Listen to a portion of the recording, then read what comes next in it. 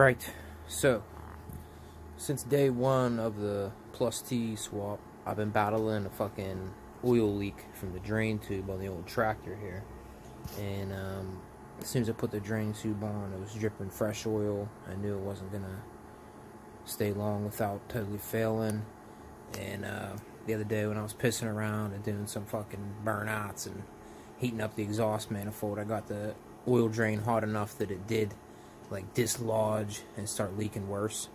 So we're gonna do a little post-mortem on the fucking oil drain to show you how it died, what was wrong. And I got a new oil drain made. It cost me $52. I got it made at a local hydraulic shop, about 15 minutes. It was real easy. Just brought them the old line. Bada bing, bada boom. Alright, so I just wanted to test and see that I had enough vacuum at the manifold here to operate this thing, and make sure I didn't have to hook it up to the vacuum canister or somewhere else. So here's a line that would normally be going to the vacuum canister for the heater and shit. I just pulled that off. It's just regular vacuum coming right out of the manifold, and we're gonna hook it onto here and check the actuation. I'm gonna get a good seal. Oh yeah.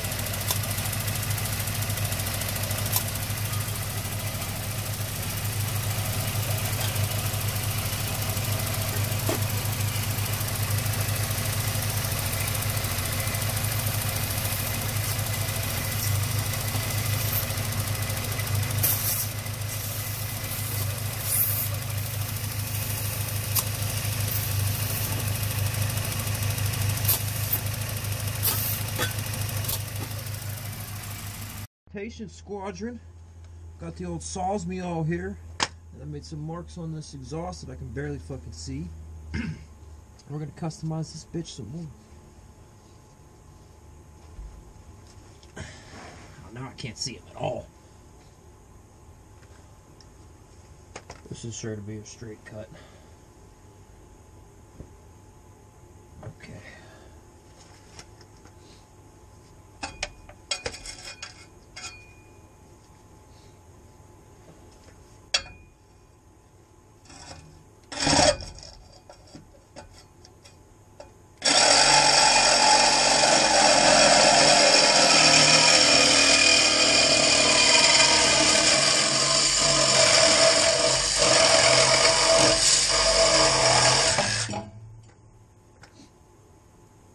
Alright, let's see how that sounds. Alright, here we go with the cutout install video.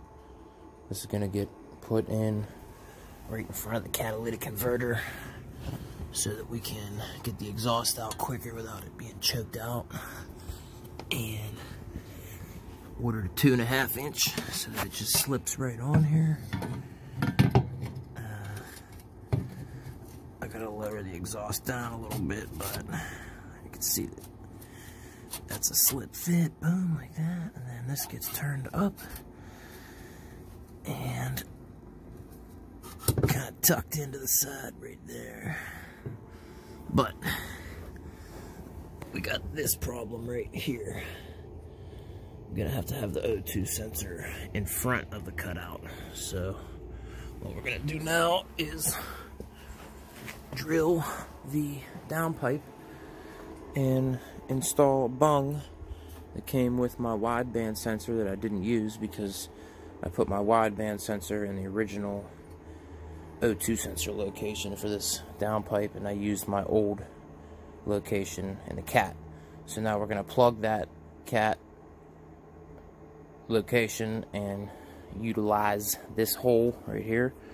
I'm going to drill it in with a uni bit or a step bit and weld it in there.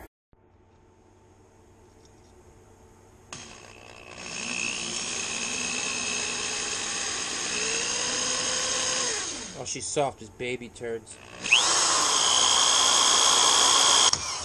Oh, not for the other side now.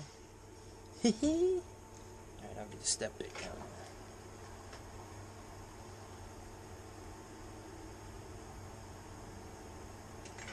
If I can find it.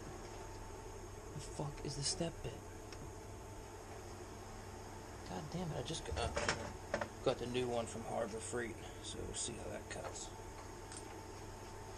What I like about the step bit is you don't really need to know what the fuck you're doing. You can just take your step bit and keep trying to fit the piece in there until you get it.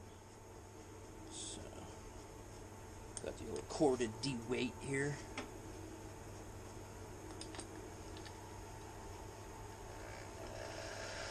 Does have keyless chuck, which is nice. Fucking key. Who wants to put a key in a chuck?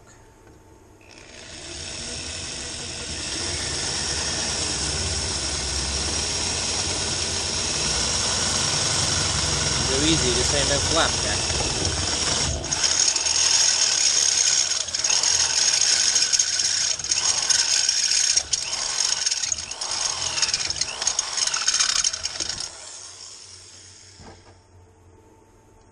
Oh, keep going. Keep wallering.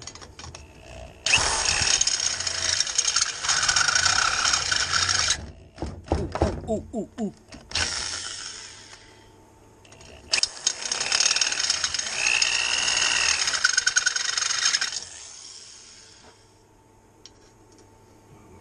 Go up to the next bit, to the next size. This is actually not a Harbor Freight bit. It is beat the fuck. And we're gonna drill through the other side. Hopefully not.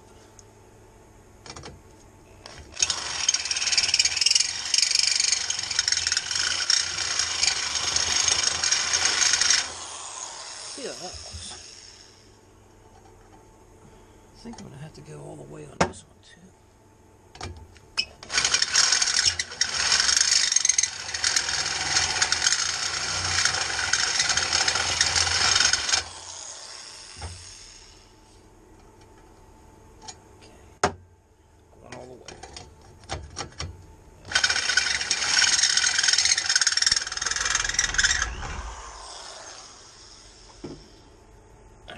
Alright. Oh, look at that. Look at the fucking lovely fit. Look at the fucking lovely fit. Oh. Go to your home. Alright, you fucking animals. Here we go, the big moment. I got the cutout sitting on the end of the downpipe here. I got my O2 bung welded in with the MIG weld. I'm not going to show you too much of that. These aren't Instagram quality welds that's in there. Before I was thinking that I needed to have a TIG welder to do this, but actually I was able to pull it off with the MIG, and like I said, it's not beautiful by any means, and I'm not going to try to show it off, but it is done, and we got it done with that little prick right there. No gas required. Although I did have to heat up this bung. Like, this thing didn't want to get hot because it was real thick metal. So I heated it up with that torch, and it took a weld a lot better. Sorry, I'm going to stop zooming in and out now. But, yeah, now we got to make this thing fit that. So I'm going to have to cut a collar out of 2.5-inch pipe, and the back side of the cutout where the other slot is will just clamp, hopefully, onto my existing 2.5-inch stub that I left right there. So we got that. Move the O2 sensor, weld that in, and then whenever it comes time for me to get a Pennsylvania state inspection, this thing's probably not going to pass, and what I'm going to have to do is cut in some V-band flanges on the front and back side of the cutout so that I can just easily take the cutout out and put a straight piece of pipe in there and have it legal again. And the V-band flange is basically a flange for the exhaust that is going to look like this flange in between the turbo, which is hard to kind of tell here, but it's a clamshell clamp, and two halves of it go together. It's a nice little seal. I got some up here in the shelf, but I'm not going to climb up there and pull them down. So there's a downpipe, and we're going to get this welded on here. We'll get another video cracking off after I get that welded on and fitted in the car. Okay, this is right about where I'm going to leave it for tonight. I got the cutout welded on to the end of the downpipe, final welded, and once again, don't be looking at them welds and You know, next what I gotta do is take the O2 sensor out of the old cat back there and move it up to the bung that I installed here. And then I'm gonna take the oil return line down because it's been leaking. That son of a bitch there. And see what the fuck's going on with that before I bolt this thing up in here, because you got a lot more room to work without the downpipe. So I'm gonna tackle that tomorrow morning. That'll be about it for tonight. Let's go have a snack.